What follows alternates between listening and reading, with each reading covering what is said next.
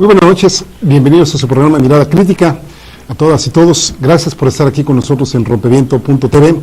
Hoy estamos a 1 de octubre del año 2012, ya estamos en el 10º mes y pues ya se van precipitando los acontecimientos, ya se van definiendo cómo va a estar estos futuros 6 años, que pues ya vamos viendo cómo Peña Nieto en estos primeros escarceos que se tienen en la misma Cámara de Diputados, pues ya vamos viendo de qué cuero salen más correas y cómo digamos, pues este periodo que pasamos de 12 años con el PAN, pues parece ser que van a seguir 6 años más con el PRIAN, si es que pudiéramos llamarlo de alguna manera.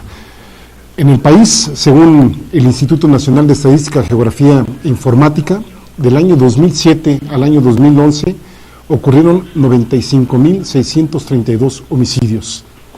95.632 homicidios.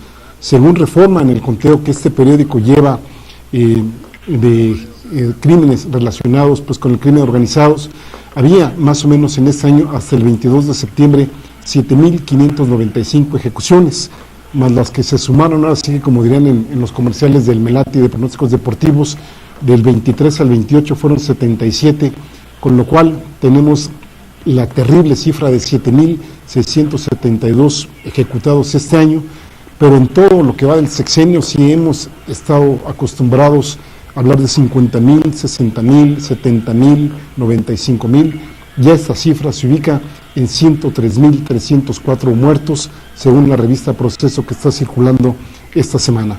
Solamente el día de ayer, 7 calcinados en Michoacán y 7 descuartizados en Nuevo Laredo.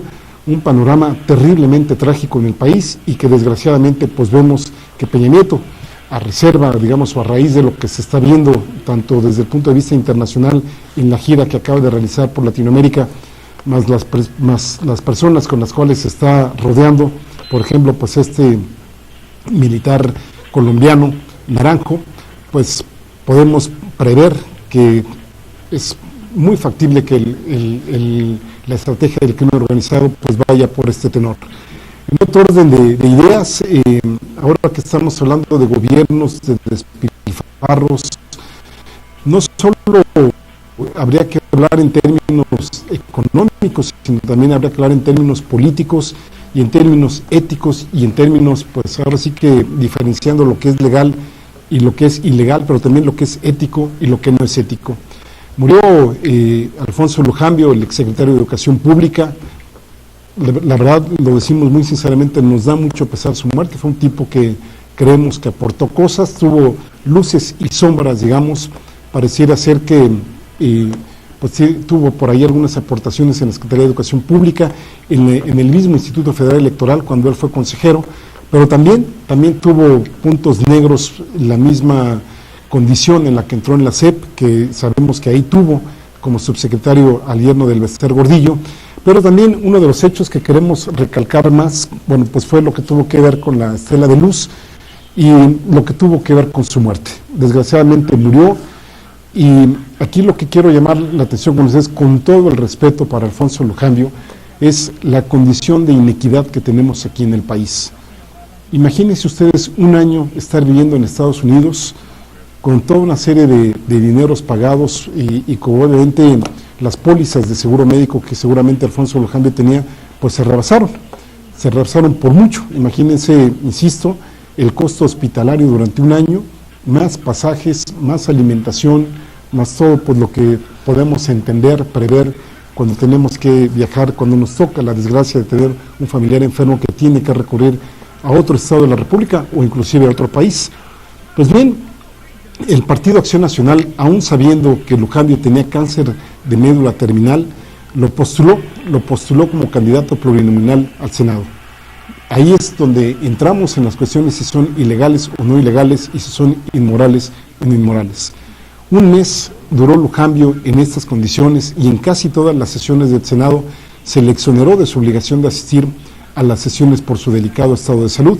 Recordemos que cuando inclusive se presentó por primera vez en esta Cámara, pues fue aplaudido, estuvo sentado y ni siquiera pues pudo recoger él su nombramiento, sino que fue un colega suyo el que pasó por el nombramiento.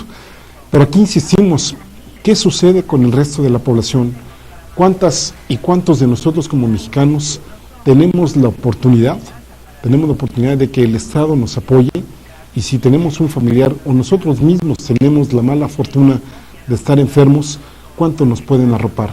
Y esto pues lo sacamos a colación porque también ahora que está o que estuvo en debate la condición de salud de los presidentes, el mismo Calderón, pues que se le llamó o no borracho, el mismo Fox, con la cuestión que tiene que ver con el Prozac, y también la presidenta de Brasil, Dilma Rousseff, que tiene pues también por ahí algunas anomalías, algunos problemas de salud, el mismo Lula también que fue operado de cáncer, y tantos políticos que ocupan puestos de representación popular, pero en este caso de Lujambio ni siquiera ocupó un puesto de representación popular, fue, digamos, decisión de su partido, básicamente que lo pusieron ahí, pues para que el erario se hiciera, ahora sí que cargo de sus gastos, lo cual no estaría mal si el Estado mexicano tuviera los mismos privilegios para toda la población.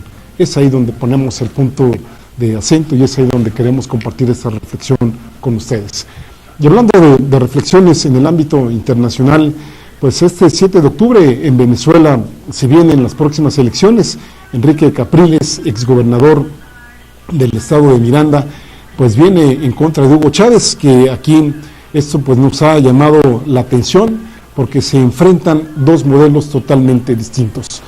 Obviamente hay quien denosta a Hugo Chávez, aquí en México se le ha utilizado como una figura casi como si fuera el emblema del diablo, recordemos cuántas veces se le relacionó con López Obrador para alejar a los posibles votantes, pero también dentro de los puntos positivos que tendría Hugo Chávez es que en el ámbito internacional es el contrapeso que tiene Estados Unidos, el cual seguramente ya nos hubiera engullido, si ya de por sí lo estamos, aún todavía más, y no solo a México, sino a otros países aquí en el continente latinoamericano. Aquí estamos hablando de que el caso de Hugo Chávez es un contrapeso en términos energéticos, en términos de cuestiones de comercio y por supuesto también en términos de intromisiones que tienen que ver pues con el Fondo Monetario Internacional y con el Banco Mundial. Enrique Capriles promete muchas cosas. Ayer, el domingo, las marchas que hicieron tanto en uno como en otro lado pues fueron brutales, fueron muy grandes en ambos sentidos, y el contrapeso que tiene Hugo Chávez dentro del propio Venezuela pues es el estado de salud. Así es de que seguramente el próximo lunes vamos a estar comentando, insisto, esto independientemente de cómo le podamos ver la situación al interior de Venezuela, la figura que representa Hugo Chávez para todo el resto de Latinoamérica. También en el punto de vista internacional, las revueltas en España y en Cataluña. Recordemos que los catalanes en la época del franquismo junto con los vascos pues fueron las provincias autonómicas más reprimidas por parte del franquismo. Hablar catalán en la calle pues era motivo suficiente para irse a la cárcel en aquellos momentos, y ahora con todas estas medidas draconianas que les vamos a comentar un poquito más adelante que está poniendo Rajoy allá en España, pues Cataluña dice pues como que ya es momento de estarle pensando en una independencia. El día de mañana también no habría que olvidarnos que se conmemora un aniversario más del 2 de octubre de aquella matanza en Tlatelolco. No solo la de Tlatelolco, esa es la que más se conoce en términos mediáticos, sino también ahí los muertos, la represión, las torturas que hubo por parte del Estado mexicano en contra básicamente de estudiantes. Recordemos que en aquella ocasión, tal como lo figura la película esta de Canoa, pues ser estudiante era algo así como ser pues como el diablo, y que prácticamente pues eran estos jóvenes de aquella época pues por el simple hecho de, como diría ahora Santiago Krill, del sospechosismo de ser estudiantes, pues bastaba para ser reprimidos, lo cual pues obviamente estaremos hablando también la próxima semana. Vamos a ver las caricaturas de esta semana. Si la producción nos pasa la primera, aquí está Suárez Coppel, el director general de Petróleos Mexicanos. Ahí por un lado ustedes ven a una figura española bailando, pues ahí diciendo 3,000 empleos allá para los astilleros españoles allá en Galicia. Del otro lado tenemos a los astilleros mexicanos y a los obreros mexicanos, y Suárez Coppel pues anunciando 760 millones de dólares para invertirlos allá en Galicia, que insistimos 3,000 empleos que se van a generar en España, que bien se pudieron haber creado aquí. Esto lo vamos a comentar un poquito más adelante. Otra caricatura de las que están aquí en esta semana, pues es un cerdito, un cerdote más bien, diciendo a propósito del outsourcing, que para qué hacemos tantos panchos si nosotros, o sea, los cerdos, contratan a sus sirvientes en los partidos políticos. Muy, muy emblemática esta caricatura de esta semana. Otra que seleccionamos para el día de hoy, pues ahí está Malifaba Beltrones y Emilio Gamboa Patrón, recortándole precisamente todo lo que tiene que ver, pues, con la gran leyenda de que nos pintaba Calderón de esta reforma laboral, la cuestión que tiene que ver con la transparencia y rendición de cuentas de los sindicatos, que no pasó nada de esto, y entonces Beltrones diciéndole a Emilio Gamboa, dile a los panistas que ya pueden entrar. Otra de las caricaturas que seleccionamos esta semana me parece que es de las mejores, de las más emblemáticas. Ahí está un obrero mexicano decapitado con la reforma laboral encima de él y Calderón yéndose y diciendo como cualquier gángster, para que aprendan a respetar, para que se eduquen y respeten. Otra de las caricaturas que tenemos esta semana, aquí también vemos a Calderón pidiéndole al próximo gobierno que en cuanto a la lucha contra el narcotráfico, ojalá y se siga el mismo esquema en la lucha contra el crimen organizado. Una voz por fuera le dice que de la estrategia que tiene que ver, dice no, dice en el apoyo que tiene que ver a los expresidentes, seguramente refiriéndose a la impunidad que estuvo promoviendo el gobierno mexicano a favor de Ernesto Zedillo. Hay una caricatura más y tenemos, esta es de Magún, que también ahí hay unos empresarios pues dando todas las prestaciones para la reforma laboral. Ahí está, pagaremos 100 veces el salario mínimo, prestaciones de ley al doble, horas extras al triple, vacaciones, etcétera, etcétera, y por supuesto megabono de productividad. Y el otro le contesta a los diputados que nos están trabajando en chinga la reforma laboral, es decir, no para la población, sino solamente para unos cuantos privilegiados. Esas son las caricaturas que seleccionamos para esta semana. Vamos a hacer una pausa, nada más recordando también, antes de que se me pase, que la noticia que salió por ahí en la semana, que el ISSSTE gastó el año pasado 2.500 millones de pesos más de lo que debía por compras al menudeo, con sobrecostos de hasta de 40% en la compra de medicamentos. ¿Y qué se ha hecho? ¿Qué ha hecho la PGR? Hoy Aristegui decía que la PGR era la Procuraduría de Televisa. Pues vamos a ver qué hace con respecto a estas declaraciones. Vamos a hacer la pausa y continuamos aquí en Mirada Crítica.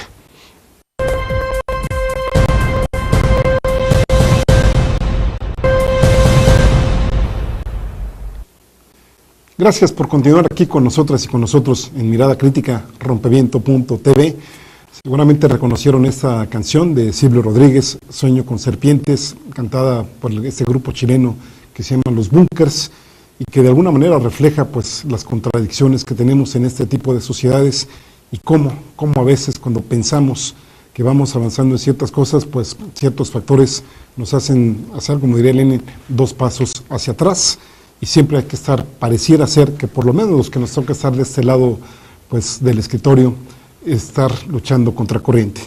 En este bloque 2 queremos compartir con ustedes, reflexionar con ustedes acerca de las declaraciones de Felipe Calderón sobre las drogas. Al cuarto para las 12, o 50,000 muertos después, o 100,000, vaya, ahí la cantidad pues sería lo de menos, es terriblemente trágico, sean 50, 70, 80 o 100,000, peor aún. Calderón pide a la comunidad internacional, en un acto me parece que absolutamente demagógico, que haga una valoración profunda de los alcances y los límites del actual enfoque prohibicionista en materia de drogas. Aquí las preguntas que nos podríamos nosotros cuestionar, ¿por qué hasta ahora? ¿Por qué después de 6 años de estar en este tipo de pues, estrategia, en este tipo de situación que han puesto al país, no solo en cuestiones de muertos, insisto, ¿no? Ustedes se han preguntado los niveles de inseguridad, de sensación, de desasosiego, de desánimo, de desesperanza, en algunos casos inclusive, pues, hasta de depresión en que ha llegado a caer la población, cuántos puestos económicos, cuántos jornadas de trabajo no se han quitado desde restaurantes, cafés, bares, cines, teatros. En muchas ciudades la gente ya no sale de noche. Por ejemplo, ahí pueden ver Monterrey, muchas ciudades de Nuevo León, del mismo Guerrero, de Tamaulipas y de tantas ciudades, digamos, a partir de esta serie de situaciones. ¿Cuántas personas de nosotras y de nosotros no hemos tenido la mala desgracia, la mala situación, perdón, la mala fortuna de tener o de haber presenciado que un familiar, un amigo, una amiga, un compañero de trabajo, pues ha muerto por el hecho de estar simplemente en el lugar y en la hora equivocada? Aquí, entonces, bien podríamos preguntarnos también, ¿quién ha causado más muertes y daños a México? ¿La política de Felipe Calderón o las propias drogas? Calderón se va muy campante, se va con pensión y todo. Ya habíamos hablado la semana pasada que se va con una pensión de 215,000 pesos mensuales, más sus guardias, tanto del Ejército como de la Secretaría de Marina, con ayudantes y todos. Pero nosotros nos quedamos en esta pesadilla sangrienta, con decenas de miles de muertos, con el país hecho un cementerio, en algunas ciudades como si fueran verdaderas salas de tortura, y todo un aparato en donde reina la impunidad y reina la corrupción. En un espacio geográfico que, en vez de ser un espacio para el turismo, para el esparcimiento, para el desarrollo de las potencialidades de nosotras y de nosotros como población, se ha convertido en un espacio de secuestros, de ejecuciones y con varios estados dentro del Estado. Y aquí estamos hablando lo que tiene que ver desde los poderes fácticos institucionales y privados. Cuando me refiero, por ejemplo, a poderes institucionales, me refiero a los gobernadores, a las gobernadoras, que sabemos que actualmente son unos auténticos virreyes, que son los que mandan en sus feudos, y por poderes fácticos estamos entendiendo a los poderes privados tipo Televisa, tipo TV Azteca, tipo Cementos Mexicanos, los bancos, por supuesto, el sistema bancario, que hacen y deshacen de nosotros como quieren, cuando quieren y a la hora que quieren. Y por supuesto también estamos hablando de los cárteles, que ya sabemos que cobran impuestos, ejercen el poder, cobran el derecho de piso y prácticamente ejercen su autoridad a espaldas del gobierno mexicano o a pesar del gobierno mexicano o con ayuda del gobierno mexicano. Aquí lo que podríamos decir es que este enfoque prohibicionista no ha reducido en lo más mínimo el consumo de este tipo de fármacos, de este tipo de sustancias ilícitas, pero sí que nos ha generado una enorme violencia, no solo en México, sino también en otros países. Parece ser que Felipe Calderón está llegando a las mismas conclusiones que ya desde el año pasado, por ahí la Comisión sobre Drogas y Democracia en América Latina, en la que están participando, por ejemplo, pues los expresidentes Ernesto Zedillo de México, César Gaviria de Colombia y Fernando Enríquez Cardoso de Brasil, además de especialistas y de intelectuales, que por supuesto pues nos hablan de que los enfoques tendrían que ver por otro tipo de situaciones. Y también podríamos mencionar aquí a Edgardo Buscaglia, que cuántas veces no nos ha estado hablando de otra serie de recomendaciones que tienen que ver por el frenar, por ejemplo, el lavado de dinero y romper los esquemas financieros que tienen este tipo de organizaciones.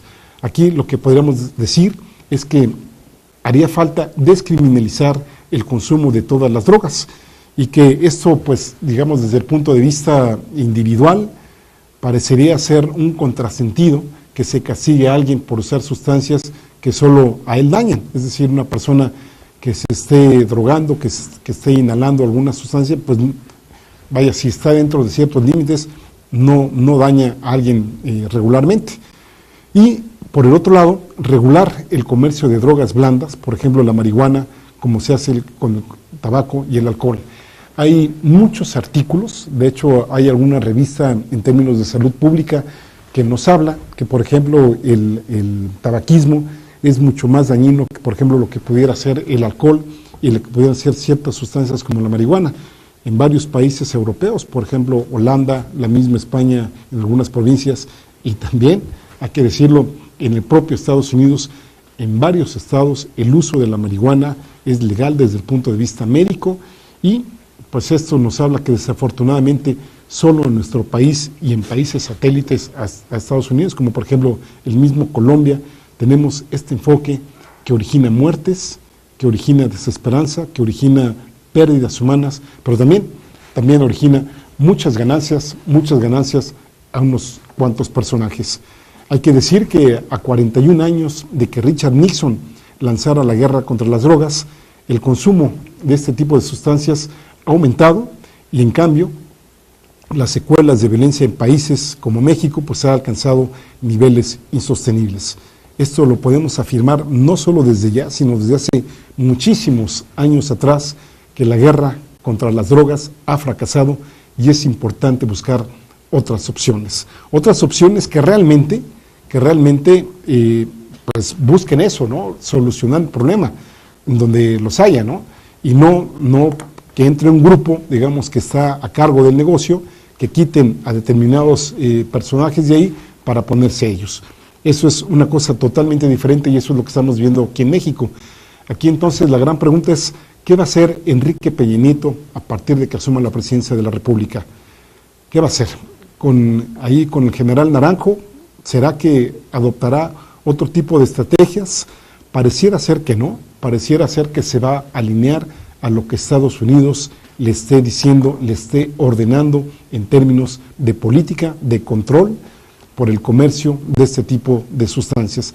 Aquí nada más retomando y ya para finalizar con estas cuestiones que estábamos hablando de Felipe Calderón, se puso a decir una serie de, pues yo diría, insisto, de cuestiones demagógicas allí en la ONU, y la propia Organización de las Naciones Unidas pues no tardó ni dos horas en que ahí pues le echaran para atrás las peroratas que fue a decir Calderón, que por cierto, en esta gira que hizo hacia Estados Unidos, pues ni siquiera lo recibió su amigo Obama, casi peleándose con Fox para ver si uno era amigo de Bush y el otro era amigo de Obama.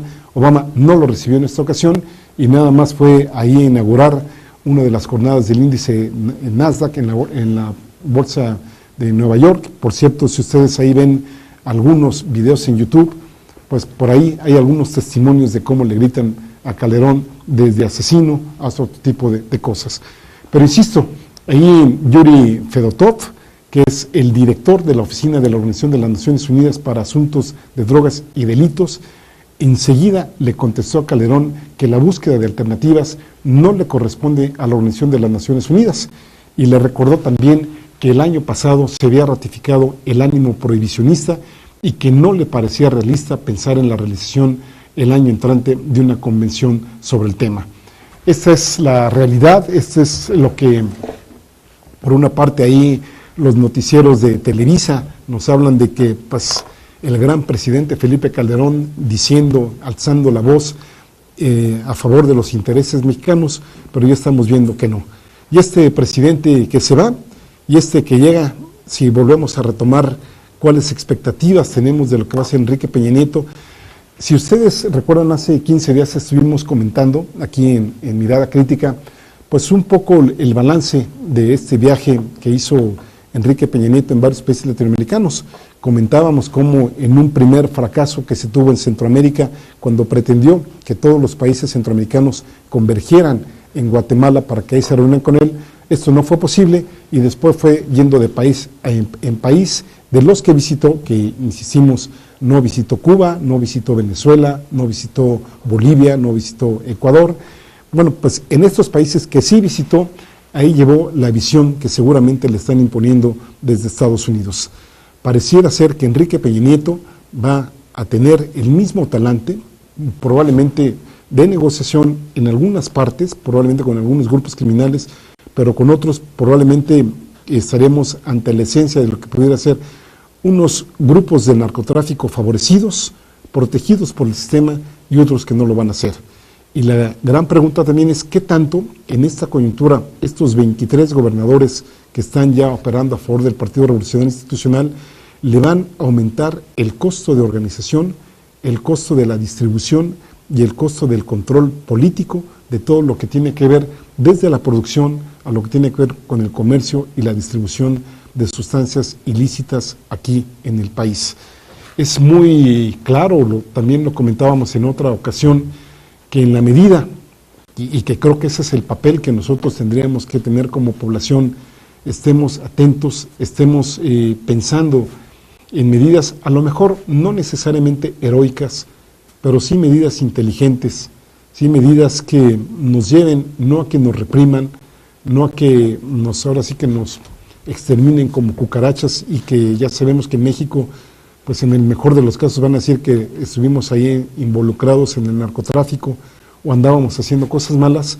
Sí tendríamos que hacer medidas más eficaces, más organizadas, y que pues no nos lleven solamente a la toma de tribunas, no nos lleven a hacer berrinches, no nos lleven ahí a gritos y este tipo de cosas, sino que nos lleven a una serie de medidas efectivas como población afectada.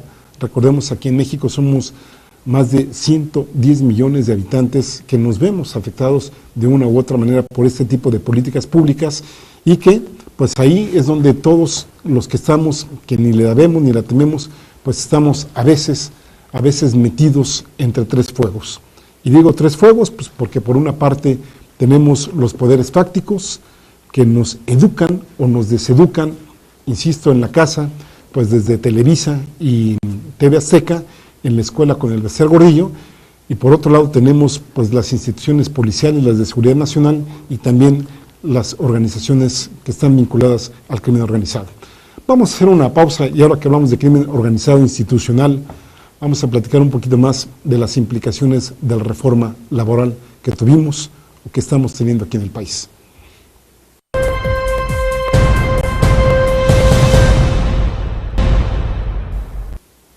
Gracias por continuar con nosotras y con nosotros aquí en su programa Mirada Crítica, Rompeviento.tv. En este tercer segmento queremos reflexionar un poquito más acerca de las implicaciones de esta reforma laboral, que inicialmente Calderón y los panistas nos la vendían como que iba a ser la panacea, de que ahora sí los sindicatos que han permanecido intocados, por cierto, intocados en este sexenio también, vaya, ¿no recordamos alguna frase, algún dicho, alguna medida que haya tenido Felipe Calderón en contra, por ejemplo, del Bester Gordillo, en contra, por ejemplo, de este líder casi eterno, Víctor Flores, de los ferrocarrileros, en contra de Carlos Romero de Champs, que está en el Sindicato Petrolero de la República Mexicana, del mismo Francisco Hernández Juárez y, por supuesto, del Bester Gordillo? El único contra el que se fue, pues ahora sí que contra el Sindicato Mexicano de Electricistas, y eso no necesariamente porque le incomodara la cuestión sindical, sino que le incomodaba estas cuestiones que tienen que ver pues con estos adelantos tecnológicos que tienen que ver con la banda ancha y con todo lo que ya sabemos de fibra óptica, que pues el Sindicato Mexicano de Electricistas hacía propuestas o estaba haciendo propuestas pues de tratar de que quedaran en manos del Sindicato Mexicano de Electricistas y que se pudieran desarrollar este tipo de productos en beneficio de la población mexicana. Pues estos primeros acercamientos, primeros comerciales, primer marketing, como dirían los que se dedican a las cuestiones de comercio y este tipo de situaciones, nos hablaban, por un lado, de esto que ya se iba a acabar con la impunidad sindical, pero también nos hablan, nos venden la idea de la generación de más y mejores empleos. Más y mejores empleos. El mismo gobierno, el mismo sector gubernamental nos habla de que apenas con este tipo de reformas se van a tener o se van a crear, si bien nos va, 400,000 empleos anuales. 400,000 empleos anuales, ¿eso es mucho o eso es poco? Se oye mucho, ¿no? 400,000 pesos anuales, 400,000 empleos anuales, uno puede decir, uff, qué bien, ¿no? Pues no, sinceramente no está nada bien, porque el país, con la población que tenemos de 112 millones de habitantes, necesita un sistema productivo que al menos esté incorporando 1 millón de empleos cada año. Es decir, a los déficits que ya tenemos de empleos con este infortunado sexenio de Felipe Calderón, si bien nos va con esta reforma que fue draconiana, que ha sido más traidora que nada, apenas vamos a ganar 400,000 empleos anuales. Eso sí, ¿cómo van a estar las futuras contrataciones? Pues solamente con nuevas modalidades que van a evitar crear plantas definitivas. Vamos viendo algunos aspectos. Por ejemplo, en esta reforma viene el pago por hora. que alguien podría decir, bueno, pues ¿por qué lo critican si ya si ya se está haciendo eso, ¿no? Igual que lo del outsourcing. Pues esto es tan dramático, tan maquiavélico, tan malévolo, como decir que, bueno, pues entonces si aquí en México tenemos una ola de homicidios, de secuestros y otras cosas, pues vamos a legalizarlo, ¿no? Pues si ya se está haciendo, ¿no? Además, en este esquema de pago por hora, es muy probable que se dejen de pagar sábados y domingos, y esto cuestión pues que tiene que ver con vacaciones, pues vamos quizá olvidándonos de este tipo de conceptos. Nos hablan de que tiene una mayor flexibilización. Pues tiene una mayor flexibilización, pero para el obrero, ¿no? Porque con este tipo de esquemas va a tener menor tiempo extra, decíamos las cuestiones de las vacaciones, va a tener menos aguinaldos y va a tener menos pensiones. De acuerdo a cálculos que han hecho algunos actuarios, si nosotros nos contratamos por horas, a pesar de que, fíjense la trampa que nos dice, ¿no? Bueno, si alguien lo contratan a uno por una hora, necesariamente nos van a pagar no solo una hora, nos van a pagar 8 horas. Pero ¿cuántas veces nos van a contratar esas 8 horas? Pudiera ser que el día de hoy me contraten por una hora y me paguen las 8 horas.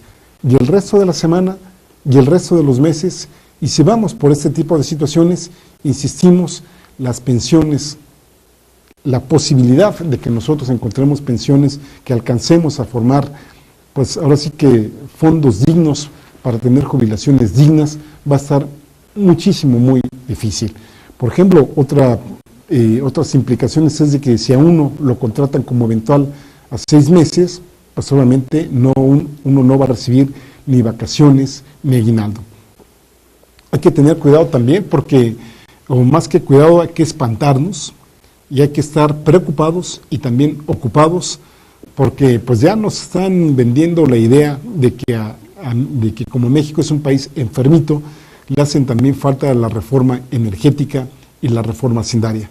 Y cada vez que nos hablan de que al país le hace falta tomar su medicina, yo recuerdo desde muchos años atrás cuando nos hablaban de este tipo de medicinas, que la medicina era amarga, que había que inyectarnos, etcétera, pues siempre por regla general, siempre nos va mal con esas llamadas reformas que necesita el país. Por ejemplo, en esta última hacendaria se creó este impuesto que se llama el IETU, que es el impuesto especial sobre tarifas únicas, este impuesto hacendario, y también pues se nos aumentó el impuesto al valor agregado, que por cierto ahí es un secreto a voces que tanto prianistas como los de Acción Nacional, y aquí me refiero a los dos bloques, los yunquistas como los calderonistas, ahí están en la mira teniendo que quieren aumentar el IVA prácticamente en todo lo habido y por haber. Es realmente este tipo de medidas, y ahí va la invitación a la reflexión, una vía para equilibrar y para lograr mayor justicia social en las relaciones entre trabajadores y patrones. Aquí nada más habría que recurrir al artículo 2 de la Ley Federal del Trabajo, en donde pues para nada se da esta situación. No solo no se da esta situación, sino que ahora esta ley en algunos de sus artículos, en vez de estar hablando en términos humanos, estamos hablando de personas, estamos hablando de seres humanos precisamente, ahora nos van a mencionar en términos de factores de producción. Es decir, cada vez más el sistema monetarista, cada vez más el enfoque económico, pero el enfoque económico, lo que les conviene, ¿no? Otro artículo que está afectado en la Ley General del Trabajo es el artículo 3, en donde ya le quitan lo relativo, y por ejemplo a la frase que hace alusión al trabajo, y que cualquier forma de trabajo exige respeto para las libertades y para la dignidad de quien lo presta y debe efectuarse en condiciones de que aseguren la vida, la salud y un nivel económico decoroso para el trabajador y su familia. Todo esto que les acabo de comentar, de esto de dignidad y de legalizar y de garantizar cierto tipo de cosas, también borrón y cuenta nueva, así como en la escuela le han borrado algunos aspectos históricos, pues aspectos muy importantes para entender nuestro presente, pues aquí los prianistas le están quitando todo esto del salario digno y todo esto de que garantice ciertos aspectos para el bienestar de nosotros como población. También se legaliza el outsourcing, esto que podríamos decir si le quitáramos el término anglosajón, que recordemos que esta palabra outsourcing es un anglicismo, está mal empleado, no deberíamos de usarlo, digamos, podría ser la tercerización, y que es lo que comentábamos hace rato, ¿no? Que nos dicen que si ya se da, entonces, ¿por qué no legalizarlo? Y también aquí podríamos contestar, pues vamos legalizando casi hasta los viene, ¿no? Aquí hay que decir que el empresario se dirige a una empresa subcontratadora y le solicita cierto número de trabajadores. El patrón para el que estos van a trabajar ya no tiene relación alguna contractual con ellos, y entonces pues ahí los trabajadores van a carecer de posibilidad de formar sindicatos, porque con el nuevo régimen los sindicatos se vuelven innecesarios. Los trabajadores casi se van a volver eventuales si es que quieren un trabajo, y solamente se les contratará cuando sean necesarios. Obviamente, si estos trabajadores son contratados de manera individual y de manera temporal, en la práctica, a pesar de que no se diga, en los hechos se va a estar dando una puntilla al derecho de huelga y el derecho a la sindicalización.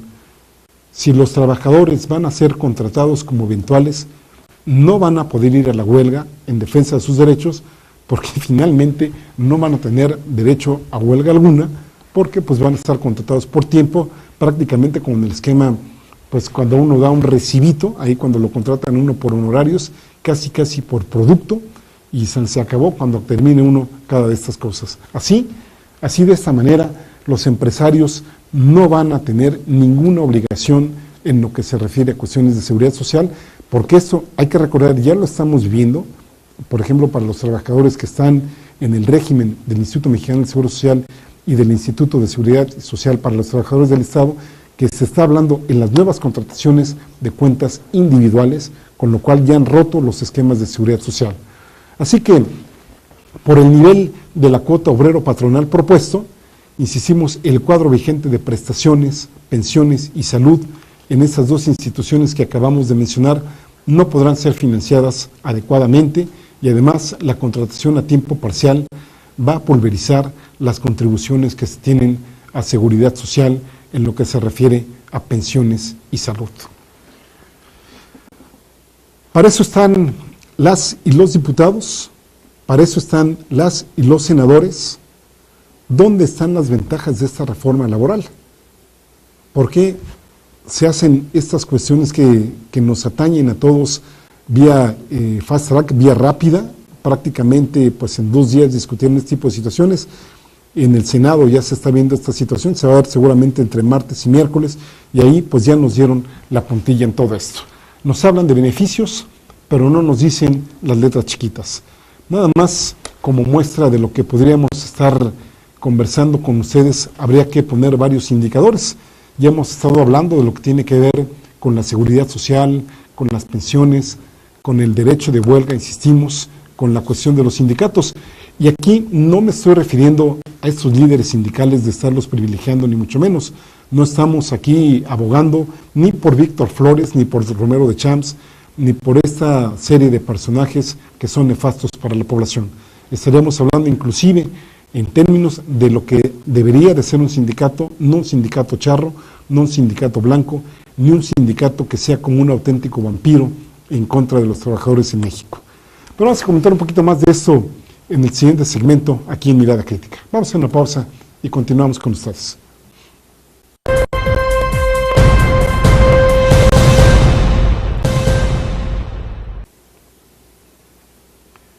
Continuamos aquí en su programa Mirada Crítica. ¿Se ha puesto usted a pensar cuánto ganamos nosotros en términos de salario mínimo promedio y cuánto ganan en otros países? ¿Qué tal si el tipo de cambio actual, y pudiéramos comentar que nosotros ganamos alrededor de $134 estadounidenses, pero en Uruguay son 300, en Brasil 318, en Chile 372, en Argentina 475, inclusive en Ecuador son 267 más o menos, y qué decir de nuestro país vecino, Estados Unidos, en donde ahí se paga a $8 la hora en promedio, que es un equivalente más o menos a 100 pesos la hora. Es decir, que si esta reforma fuera realmente justa para todas y todos, podríamos decir que pues 4,000 pesos por 40 horas a la semana, nosotros tendríamos que estar ganando como salario mínimo alrededor de 16,000 pesos al mes. En México, por una jornada de 8 horas de trabajo, más o menos tomando el promedio que hay en las 3 zonas económicas del país, estaremos hablando de 62 pesos con 33 centavos una hora. Más o menos estaríamos hablando que por una jornada de 40 horas a la semana y por mes, estamos ganando 1,380 en vez de los 16,000 pesos al mes que deberíamos estar ganando aquí en el país.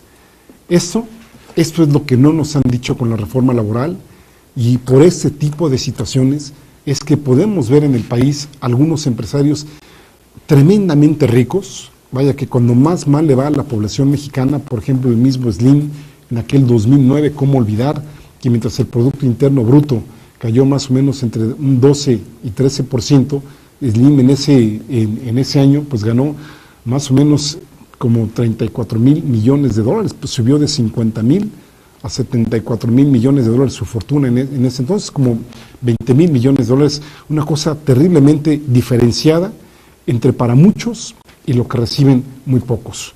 Entonces, ojalá no se deje engañar por estos agoreros, por estos voceros oficiales, por estos voceros que escriben, que comentan en las televisiones, en la radio, de que esta reforma es todo un éxito para el país, de que aquí, con esta reforma, pues se van a crear más y mejores empleos, quizá a lo mejor más empleos sí, ya vimos que no las cantidades suficientes, pero esa cantidad de empleos que se pudieran dar van a estar absolutamente precarizados, y de hecho pudiéramos decir que pues estamos retrocediendo prácticamente a la época del porfiriato. De hecho, no había habido una reforma tan negativa para el trabajador desde la época de don Porfirio Díaz.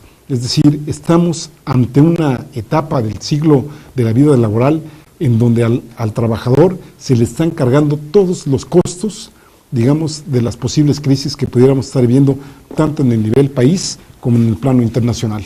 Es un salto hacia atrás, incrementa las intensidades de la jornada de trabajo, con menos derechos para el trabajador, con mínima protección social, con pensiones a la baja y con servicios de salud cada vez más compactados y seguramente en peores condiciones. Hunde el soporte financiero y la misión cohesiva de la salud y la seguridad social de los mexicanos. Recordemos que este esquema que nosotros tenemos, vaya, las mismas siglas del IMSS, Instituto Mexicano de Seguridad Social, Instituto de Servicios Sociales y Seguridad para los Trabajadores del Estado, todo esto se rompe y nos llevan a un esquema, además de todo el daño que ya habíamos visto socioeconómico que nos causan, también nos llevan a fraccionarnos más en términos individuales. Con este esquema, cada vez más, nosotras y nosotros vamos a recurrir, si no tenemos presente esto, si vemos en medidas de corto plazo, que cada quien va a ver por sus intereses. Y en la medida que cada quien vea por sus intereses solamente y que no le interesen los de los demás, en esa medida nos van a tener más en sus manos. Los poderes fácticos y los líderes sindicales están eliminando los artículos de ley que afectaban sus intereses. Esos son los líderes sindicales, esa fue la moneda de cambio, ya lo había dicho aquí Gustavo Leal desde la semana pasada, y esa es precisamente la realidad que tenemos aquí en el país, que por cierto no dista mucha de la situación que tenemos en otros países. Al inicio del programa también estábamos comentando de la situación que se está viviendo en España, no solo en términos, digamos, económicos, sino también incluso con las implicaciones políticas que tiene, pues, por ejemplo, en el caso concreto de Cataluña.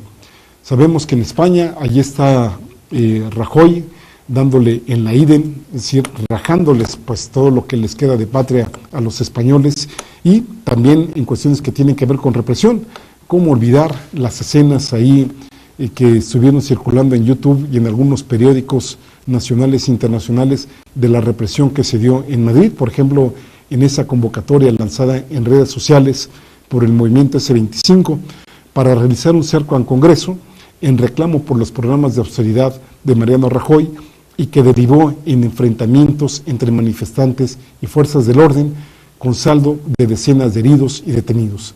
La protesta fue convocada por los indignados contra el duro plan de austeridad del gobierno de derecha del presidente Mariano Rajoy y para exigir que se llame a nuevas elecciones allí en España. Hay que recordar que Mariano Rajoy apenas tomó posesión el pasado diciembre por un periodo de 4 años. Su antecesor, José Luis Rodríguez Zapatero, del supuesto Partido Socialista Obrero Español, anticipó su salida por la crisis que tenían casi de calidad incontrolable, y sabemos que en España el desempleo ha ido creciendo, ya lo ubican casi en un 30%, que aquí en México pues no hay que olvidar que INEGI nos maquilla las cifras, nos las manipula, nos dicen que estamos en menos del 6%, pero ya sabemos lo que la realidad dice, que México también es uno de los líderes mundiales del desempleo, y que aquí pues no estamos cantando tan mal las rancheras como lo está haciendo allá en España. En España más o menos tienen una población de alrededor de 42 millones de habitantes. Aquí en México, de los 112 millones de habitantes que tenemos, 51 millones están en edad de trabajar y solo 15 millones y fracción están registrados en el IMSS, y de estos 15, solamente 3 son eventuales. Con esta situación de la reforma, perdonen que insista en ello, las facilidades para desemplear gente que da la nueva ley, podría ser que esta proporción se invierta. Es decir, que ahora solamente haya 3 millones de trabajadores permanentes y 12 millones de eventuales, pero sujetos a peores salarios. Algo más o menos parecido está sucediendo allá en España con, digamos, el agravante, si es que así cabe para ellos, es de que, pues por un lado tienen a la Unión Europea sobre de ellos, que pues recordemos que allá en Europa se reparten la producción y que a cada país le tocan ciertas cuotas de ciertos productos, y que obviamente pues están ahí sobre de ellos pues Francia, la misma Alemania, y pues tienen muchas condicionantes que por supuesto Mariano Rajoy no va a permitir o va a dificultar al máximo posible que Cataluña se independice del resto de España. Sabemos que de las 17 provincias autonómicas de España, precisamente Cataluña y el País Vasco son los que mayores recursos le generan a España, y también sabemos que son las provincias que menos recursos le son devueltos por parte del fisco español.